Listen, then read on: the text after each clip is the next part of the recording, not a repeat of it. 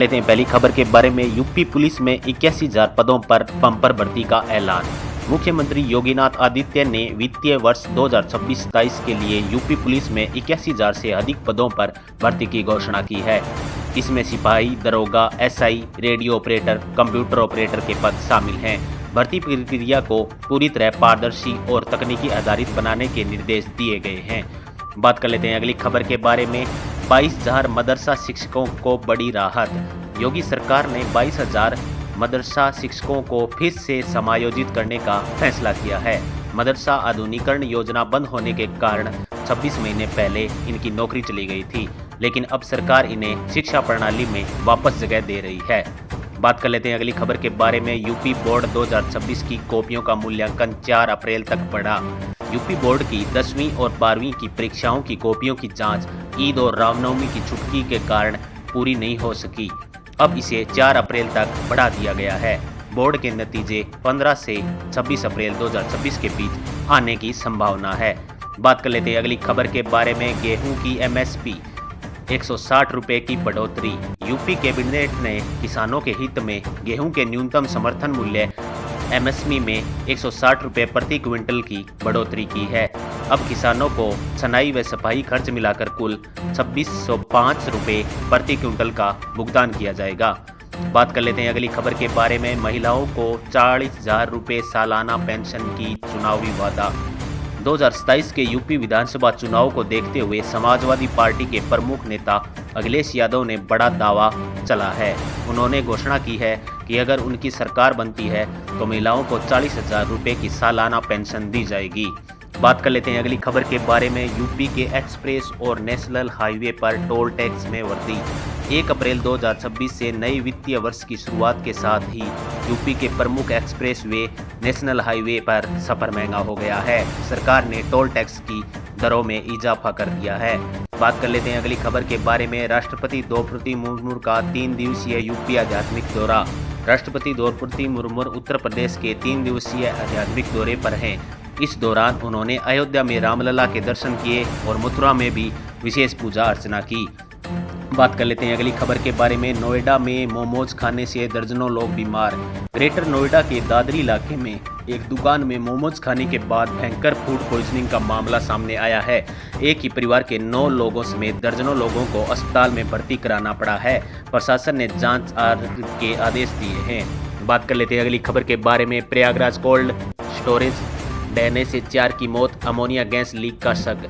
प्रयागराज में एक cold storage की इमारत गिरने से एक बड़ा हादसा हुआ है, जिसमें 4 लोगों की मौत हो गई। घटना के बाद वहां अमोनिया गैस के रिसाव की भी आशंका दर्शाई गई है, जिससे रेस्क्यू ऑपरेशन में दिक्कतें आई। बात कर लेते हैं अगली खबर के बारे में। सीएम योगी की मां पर आपत्तिजनक टिप्पणी करने वाले मौलवी गिरफ्तार। मुख्यमंत्री योगीनाथ आदित्य की मां के खिलाफ अभद्र टिप्पणी करने वाले बिहार के एक मौलवी को यूपी एसटीएफ ने गिरफ्तार कर लिया है। गिरफ्तारी के बाद मौलवी ने सार्वजनिक रूप से माफी भी मांगी है। बात कर लेते हैं अगली खबर के बारे में। मुजफ्फरनगर में ईद के गिफ्ट को लेकर खूनी संघर्ष। मुजफ्फरनगर में ईद के तोहफे को लेकर हुए एक पारिवारिक विवाद में एक व्यक्ति ने अपनी पत्नी और 2 बच्चों की हत्या कर दी। इस खौफनाक वारदात को अंजाम देने के बाद उसने खुद भी सुसाइड कर लिया। बात कर लेते हैं अगली खबर के बारे में। फर्जी पीडब्ल्यूडी सर्टिफिकेट रैकेट का पर्दाफाश। यूपी पुलिस ने एक ऐसे बड़े गिरोह का भंडाफोड़ किया है जो प्रतियोगी परीक्षाओं को पास करवाने के लिए उम्मीदवारों को फर्जी दिव्यांग पीडब्ल्यूडी प्रमाण पत्र बनाकर देता था। इस मामले में 9 लोगों को गिरफ्तार किया गया है। बात कर लेते हैं अगली खबर के बारे में। दूधवा बम्पर जोन में बाघिन की मौत। विपक्ष का हमला। यूपी के दूधवा नेशनल पार्क के बम्पर जोन में रेलवे ट्रैक पर एक बाघिन का शव मिला। इस घटना के बाद विपक्ष ने राज्य सरकार पर लापरवाही का आरोप लगाया है, जिसके बाद सरकार ने मामले की उच्च स्तरीय जांच के आदेश दिए हैं। बात कर लेते हैं अगली खबर के बारे में। स्कूली शिक्षा में बड़ा बदलाव। 9वीं 11वीं में व्यावसायिक शिक्षा अनिवार्य। 1 अप्रैल 2026 से शुरू हुए नए शैक्षणिक सत्र में यूपी के स्कूलों में कई बदलाव हुए हैं। 9वीं और 11वीं की परीक्षा और कक्षा में वोकेशनल एजुकेशन अनिवार्य कर दी गई है। साथ ही बच्चों को इंटरनेट के खतरों से बचाने के लिए स्कूलों में साइबर क्लब बनाए जा रहे हैं। बात कर लेते हैं अगली खबर के बारे में। मऊ में बस की पेड़ से टक्कर, 40 श्रद्धालु घायल। उत्तर प्रदेश के मऊ जिले में श्रद्धालुओं से भरी एक बस अनियंत्रण होकर पेड़ से टकरा गई। इस भीषण सड़क हादसे में करीब 40 लोग गंभीर रूप से घायल हो गए, जिन्हें स्थानीय अस्पताल में भर्ती करवाया गया। बात कर लेते हैं अगली खबर के बारे में। कुशीनपुर में श्रद्धालुओं की ट्रॉली पलटी, एक की मौत। कुशीनगर जिले में दर्शन करने जा रहे श्रद्धालुओं से भरी एक ट्रैक्टर ट्रॉली पलट गई। इस हादसे में एक व्यक्ति की मौत हो गई, जबकि 20 अन्य लोग घायल हो गए। बात कर लेते हैं अगली खबर के बारे में। पीएम सोलर पावर स्कीम में उत्तर प्रदेश बना टॉप परफॉर्मर। उत्तर प्रदेश नवीकरण योजना के हालिया आंकड़ों के अनुसार प्रधानमंत्री की सूर्य घर और सोलर पावर योजनाओं को लागू करने के मामले में यूपी देश के सर्वश्रेष्ठ प्रदर्शन करने वाला राज्यों में एक बन गया है। बात कर लेते हैं अगली खबर के बारे में। संचारी रोग नियंत्रण और दस्तक अभियान की शुरुआत।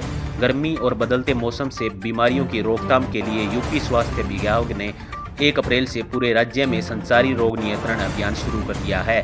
इसके अलावा घर घर जाकर जागरूक करने वाला दस्तक अभियान 10 अप्रैल से शुरू होगा। बात कर लेते हैं अगली खबर के बारे में। बांदा में खतरनाक बाइक स्टंट का वीडियो वायरल, एक्शन में पुलिस। बांदा की भरी बाजार में युवकों द्वारा तेज रफ्तार बाइक का हैंडल छोड़कर खतरनाक स्टंट करने का वीडियो सोशल मीडिया पर वायरल हुआ। एसपी ने तुरंत संज्ञान लेते हुए ट्रैफिक पुलिस को रील बनाने वाले इन युवकों की पहचान कर सख्त कार्रवाई करने का आदेश दिया है।